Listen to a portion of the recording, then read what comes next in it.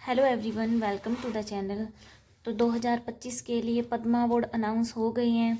मैं आपको अपने हैंड रिटन नोट्स में बताऊंगी कि कितने पद्मा अवार्ड मिले हैं टोटल, और उसमें भी आपके लिए कौन कौन से इम्पोर्टेंट है जो मैं अपनी प्रिपरेशन के दौरान तैयार करूंगी या जिनको याद रखने की कोशिश करूंगी।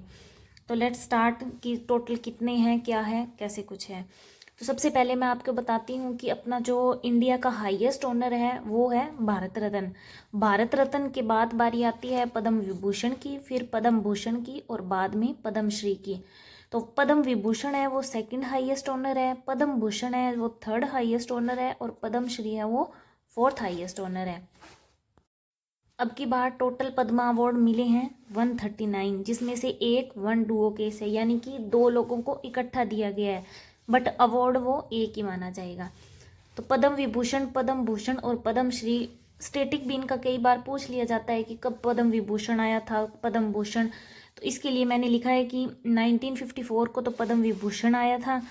पद्म भूषण और पद्म श्री को बाद में कैटेगरी से अलग करके पद्म विभूषण से ही अलग किया गया था 1955 में। तो पद्म विभूषण दिया जाता है कोई विशिष्ट सेवा के लिए, पद्म भूषण दिया जाता है अगर आप हाई रैंक पे हो और आपने कोई बढ़िया काम किया उसके लिए, और पद्म श्री तो किसी भी क्षेत्र में आपने कुछ अच्छा काम किया हो तो इसके अलावा इसमें बताया गया है कि डॉक्टर एंड साइंटिस्ट को छोड़कर कोई भी गवर्नमेंट सर्वेंट है उसको पद्म अवार्ड नहीं दिया जाता। ओनली डॉक्टर और साइंटिस्ट के केस में ये एक्सेप्शन है कि इनको दिया जाता है।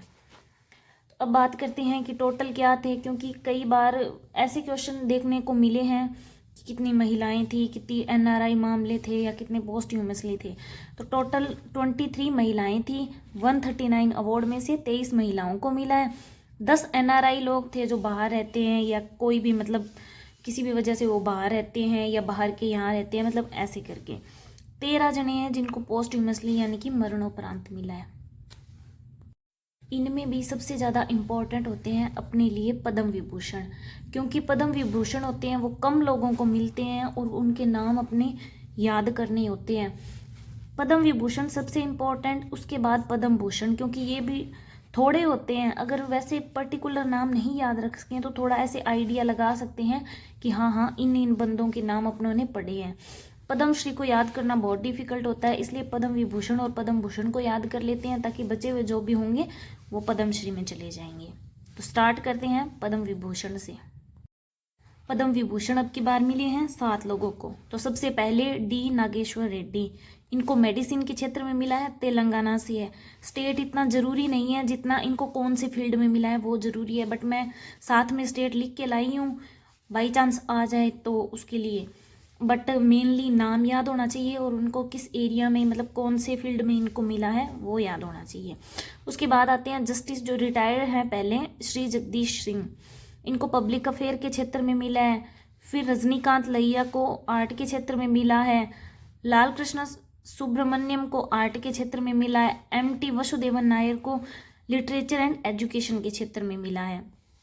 इसके बाद ओसामु सुजुकी को ट्रेंड एंड इंडस्ट्री के क्षेत्र में मिला है। श्रद्धा सिन्हा को आर्ट के क्षेत्र में। सबसे ज़्यादा अब की बार अवार्ड है वो आर्ट के क्षेत्र में मिले हैं। पद्म विभूषण, पद्म भूषण और पद्म श्री को मिलाकर सबसे ज़्यादा आर्ट के क्षेत्र में 51 अवार्ड मिले हैं। कई बार ये भी क्वेश्चन बन जाता है कि कौन से क्षेत्र में ज़्यादा अवार्ड मिले हैं और कितने मिले हैं, तो उसके लिए मैंने ये भी पॉइंट ऐड कर दिया। इसके बाद में सबसे ज़्यादा 51।